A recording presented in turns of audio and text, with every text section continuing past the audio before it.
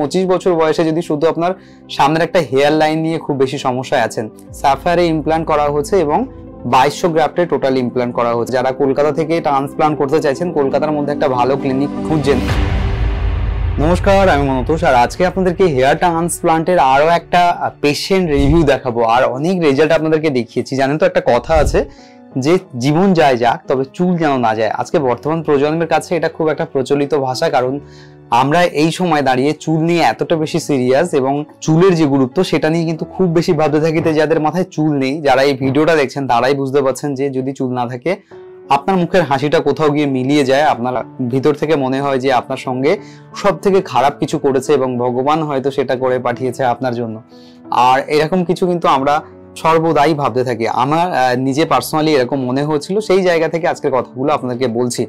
তবে আজকে এই কথাগুলো বলার পেছনে একটা আমার মোটিভ এটাই, যারা আজকে এই ভিডিওটা দেখছেন তাদের যেন অনেক বেশি হেল্প হয় এবং যারা চুলের সমস্যায় দীর্ঘদিন ধরে ভুগছেন তাদের যেন খুব বেশি করে হেল্প হয়। তাই চ্যানেলে যদি একদম প্রথমবার এসে থাকেন, নিচে দেওয়া রেড কালারের সাবস্ক্রাইব বাটনে ক্লিক করে অল নোটিফিকেশন অন করে রাখবেন। চুলের যাবতীয় সমস্যার ভিডিও আমি যখনই আপলোড করবো আপনাদের ফোনে সরাসরি নোটিফিকেশন পেয়ে যাবেন।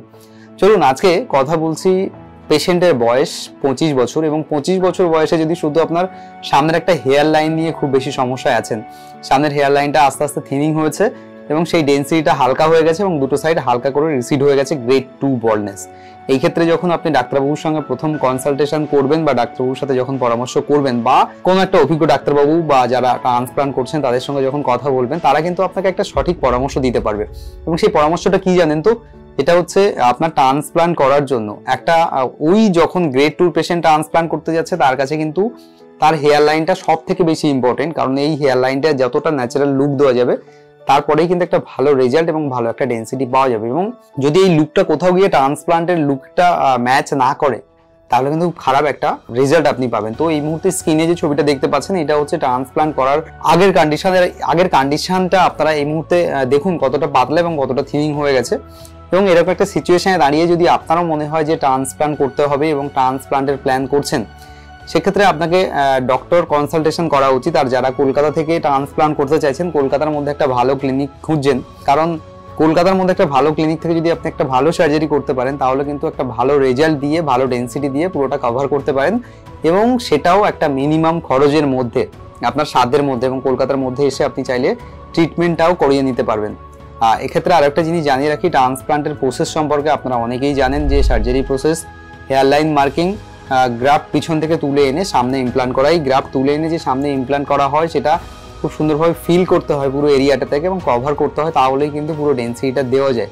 এক্ষেত্রে প্রত্যেকটা গ্রাফটের এক একটা মানুষের জন্য আলাদা আলাদা কস্ট থাকে, কারণ প্রত্যেকটা পেশেন্টের গ্রাফটের রিকোয়ারমেন্ট তার মুখের ফেশিয়াল স্ট্রাকচার এবং মাথার গঠনের উপরে নির্ভর করে তার কতটা গ্রাফট ওই জায়গাতে বসানো যাবে।